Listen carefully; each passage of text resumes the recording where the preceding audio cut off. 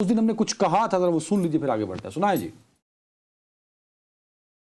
اس وقت I am F کا وہ آیا ہوا تھا، جی مشن آیا ہوا ہے، اللہ بھلا کرے آپ کو. اس کو حکومت نے ایک رپورٹ دی جی، اور اس میں پتہ ہے حکومت نے کیا کہا؟ ستہ خیرن ہے، سب بہت اچھا ہے. جب انہوں نے کہا سب بہت اچھا ہے، میں نے کہا ایڈا سیلاب آیا تھوڑے کول. انہوں نے کہا ہاں وہ سیلاب تو آیا ہے، لیکن لکیلی سیلاب ان ایریاز میں آیا ہے جہاں کے لوگ 70% لوگ بیرون ملک کام کرتے ہیں. اب یہ جو رپورٹ آپ نے اور اسرار صاحب نے جو الارمنگ سچویشن بتائی، وہ حکومت کہتی ہے آپ غلط، آپ جھوٹ بول رہے ہیں. Who the hell are you؟ ہم جو کہہ رہے ہیں وہ ٹھیک ہے. آئی ایم ایف نے کہا کہ یار آپ کا تو سیلاب آیا تھا. انہوں نے کہا جو سیلاب میں ہمارا نقصان ہوا ہے وہ کور ہو جائے گا. انہوں نے کہا وہ کیسے؟ انہوں نے کہا جن علاقوں میں سیلاب آیا ہے لکیلی وہاں کے لوگ بیرون ملک کام کرتے ہیں، تو سیلاب میں ان کا گھر بہہ گیا، جانور مر گئے، فصلیں تباہ ہو گئی، تو وہ بیرون ملک سے اپنے گھر والوں کے لیے امداد بھیجیں گے، زیادہ پیسے بھیجیں گے. تو جو ریمیٹنسز کا ٹارگٹ ہم نے بنایا ہوا تھا شاید $39 بلین، وہ 39 سے بڑھ کے $43 بلین ہو جائے گا. یہ ریٹرن آئی ایم ایف کو دیا ہے.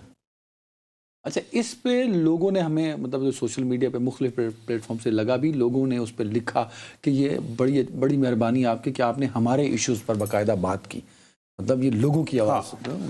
یہ درست بات ہے کہ واقعتاً، اور چونکہ ہم تو پہلے دن سے، یعنی تو ہم تو ہماچل پردیش کی بارشوں سے شور مچا رہے ہیں کہ بھائی صاحب یہ جو ریکارڈ توڑ بارشیں ہو رہی ہیں یہ بالآخر ستلج اور راوی کو بھی ہمارے علاقے میں آ کر تباہی، سیلاب کی وجہ بنے گی اور تباہی ہوگی. ٹھیک ہے نا؟ تو تو یہ خبر نہیں تھی ہمارے لیے. تو خبر یہ تھی جس پہ آپ اتنا تل ملائے کہ یار ہماری حکومت جو ہے بجائے آئی ایم ایف کو یہ سمجھانے کے کہ بھائی صاحب آپ کو اپنے پروگرام کی پڑی ہے.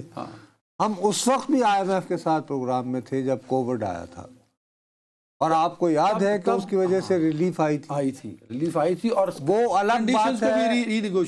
اور وہ الگ بات ہے کہ اس ریلیف کو جو ہے وہ چند سیٹھوں کی اس کے لیے بے نظر کر دیا گیا، لیکن بہرحال ریلیف آئی تھی. اب سوال اٹھتا ہے کہ جب پاکستان کے امریکہ کے ساتھ تعلقات بھی بہت اچھے ہیں اور امریکہ جو ہے وہ آئی ایم ایف کی فیصلہ سازی میں کلیدی کردار ادا کرتا ہے، تو یہ وہ موقع تھا کہ جب ہم کہتے کہ جناب برائے مہربانی اس برس آپ جو جائزہ لے رہے ہیں ہمیں $1 ارب تو آپ دیجئے اور تھوڑا سا اپنی شرائط کو نرم کیجئے کیونکہ ہمارے ہاں سیلاب ہوا ہے.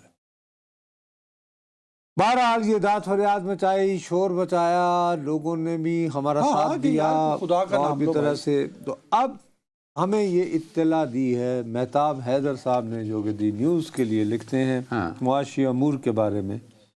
انہوں نے کہا ہے کہ بالآخر حکومت پاکستان نے آئی ایم ایف کو ریپڈ نیڈ اسیسمنٹ ایک مد میں یہ بتایا ہے، کنوے کر دیا ہے کہ جی پاکستان کو تقریباً پاکستان کے چاروں صوبوں میں سیلاب کی وجہ سے 650 ارب روپے کا نقصان ہوگا، لہٰذا اس کو فیکٹر ان کیا جائے.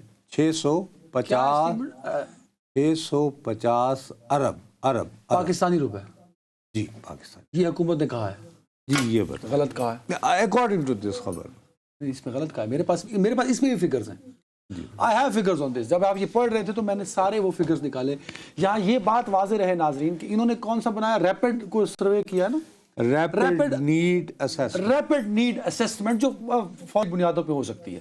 اب اس ریپڈ نیڈ کا بھی دیکھ لیجیے کیا ہوا جو جلال پور پیر والا میں ہوا ہے. ہم کہو کہ ہنگامی ضرورت کے لیے جو آپ اندازہ لگاتے ہیں. وہ بھی بتا دیتا ہوں. وہ بھی بتا دیتا ہوں. تحصیل جلال پور کے 3 لاکھ لوگ سیلاب سے متاثر ہوئے. اس ریپڈ اسیسمنٹ میں صرف ان لوگوں کو کنسیڈر کیا گیا جو جلال پور پیر والا کے بند پر لگائے کیمپوں تک پہنچے. وہ تو کل 20% ہیں، 80% تو اس اسیسمنٹ میں آئے نہیں اللہ کی مہربانی سے. تو یہ اس کی کریڈیبلٹی یہ ہے اس اسیسمنٹ کی. اب آ جائیں جو میڈیا نے لاسز کو رپورٹ کیا، not only Pakistani media, international media, Al Jazeera,